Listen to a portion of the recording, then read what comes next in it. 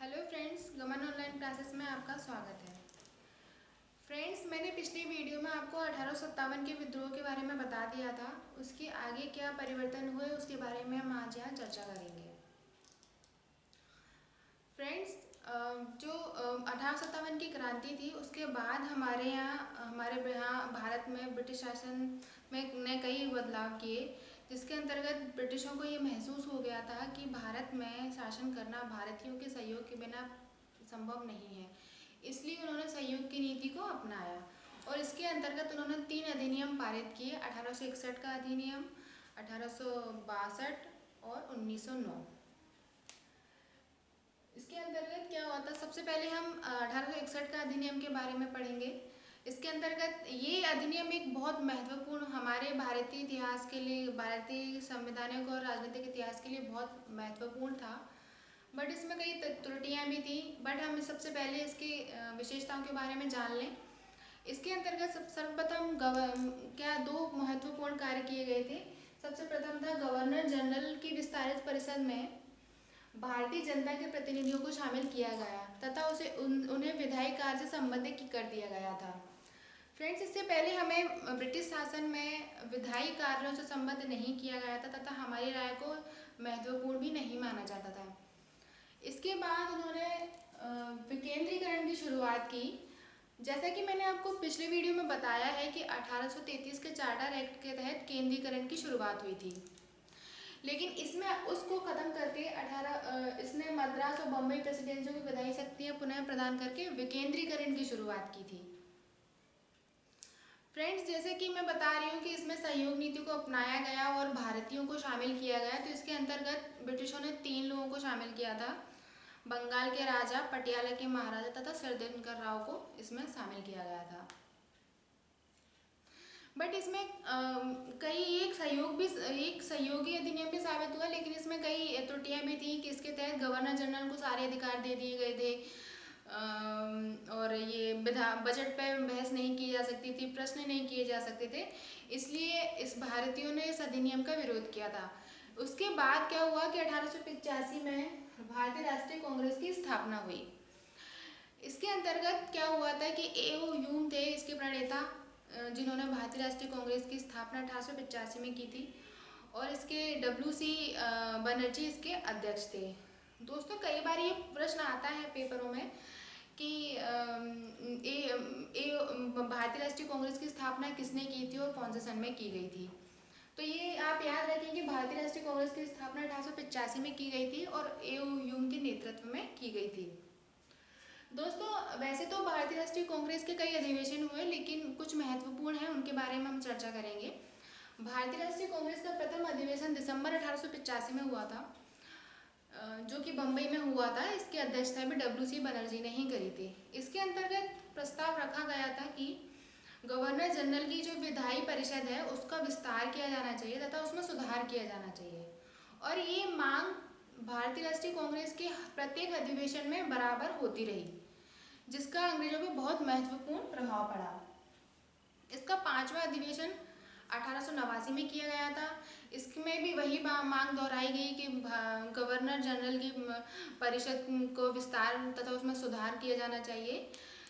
इसके लिए इसमें 1889 में रूपरेखा तैयार की गई थी। इसके बाद क्या हुआ कि 1891 में जो क्योंकि ब्रिटिश भारतीयों को उतनी महत्ता नहीं देते थे, इसलिए उन्होंने 1891 में भारतीयों ने ये मांग की कि अगर हम हमारे द्वारा निर्वाचित प्रतिनिधियों के माध्यम से हम विधानमंडल में अगर अपनी आवाज़ नहीं उठा पा रहे हैं तो भारत में शासन करना संभव नहीं हो पाएगा। इसका प्रभाव ये हुआ कि 1892 में भारत परिषद एक्ट लाया गया।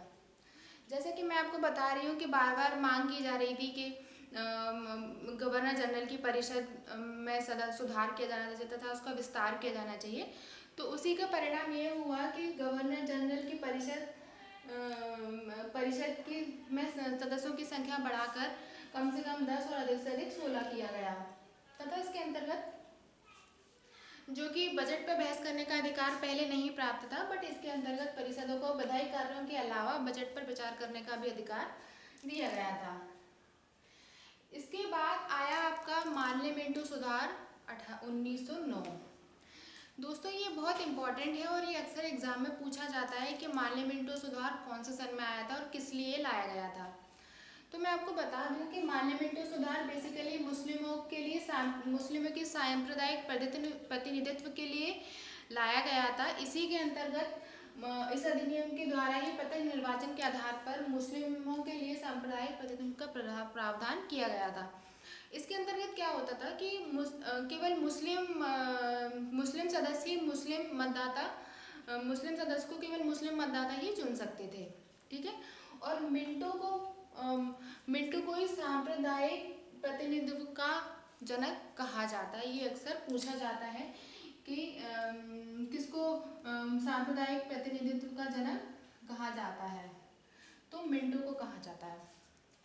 ठीक है फ्रेंड्स, इसके बाद हम चर्चा करेंगे कि भारत शासन अधिनियम 1919। इसे मॉन्टेग चेम्सफोर्ड सुधार भी कहा जाता है, क्योंकि इसकी रूपरेखा मॉन्टेग और चेम्सफोर्ड, ये दोनों अलग अलग व्यक्ति हैं, इन लोगों ने ही तैयार की थी इसकी रूपरेखा। इस अधिनियम के अंतर्गत क्या किया गया था कि इसके माध्यम से केंद्रीय और प्रांतीय सूचियों को जानकर उन्हें अलग अलग कर दिया गया था तथा देश में द्विसदनीय व्यवस्था की गई थी तथा प्रत्येक निर्वाचन प्रारंभ किया गया था। राज्यसभा और लोकसभा का गठन किया गया था, जिसमें निर्वाचित सदस्यों को निर्वाचित प्रत्यक्ष निर्वाचन के आधार पर ही किया जाना था। ऐसे पहले की तरह नहीं कि ऐसे ही कर लेते थे। लेकिन इसमें और 1926 में लोक सेवा आयोग का गठन किया गया और इसमें क्या हुआ, सबसे इम्पोर्टेंट, बजट को अलग कर दिया गया। मीन्स केंद्रीय बजट को राज्य बजट से अलग कर दिया गया। लेकिन जो सत्ता थी, जो ढांचा था वो सरकार का, वो ऐसा नहीं था कि केंद्र सरकार अपने अलग निर्णय ले रही हो, राज्य सरकार अलग ले रही, नहीं। इन दोनों को मतलब जो अधिकार वो होता था ढांचा, वो एकात्मक था। मतलब जब एक केंद्रीय और राज्य सरकार अलग अलग निर्णय लेती थी तो उसमें जो निर्णय जो मान्य होता था वो केंद्र सरकार का ही होता था। फ्रेंड्स, आज यहीं तक है। कल हम अधिनियम 1935 और 1947 के बारे में पढ़ेंगे। फिर इसके बाद हमारा ये चैप्टर कंप्लीट हो जाएगा। फिर हम इसके MCQs लगाएंगे। फ्रेंड्स, मेरे कुछ करीबी मित्र मुझसे मांग कर रहे थे कि आपने 1773 के रेगुलेटिंग एक्ट क्यों आया तथा उसका क्यों इतने सारे एक्ट क्यों लाए गए, क्यों विरोध हुआ। तो शायद आपको पता नहीं है, आपने मेरे वीडियो अच्छे से देखा नहीं है कि मैंने शुरुआत में ही बताया था कि मुग़ल बादशाह शाह आलम ने ही बक्सर के युद्ध में विजय प्राप्त करके अंग्रेज़ों को दीवानी अधिकार दिए थे, जिसके बाद ही उन्हें भारत में शासन करने के लिए प्रेरणा मिली थी और उसी से उनका एक स्टेप आगे बढ़ गए थे वो कि हम शासन यहाँ कर सकते हैं। दूसरा ये कि एक्ट लाने का पर्पस ये नहीं है कि कोई पुराने एक्ट का विरोध हो रहा है तो हम नया एक्ट लाएं। हम अपने आप में इम्प्रूवमेंट करते हैं तो हम कुछ ना कुछ नया करते रहते हैं ना। तो उसी के तहत नए नए अधिनियम ब्रिटिश शासन में सुधार करने के लिए लाए गए थे।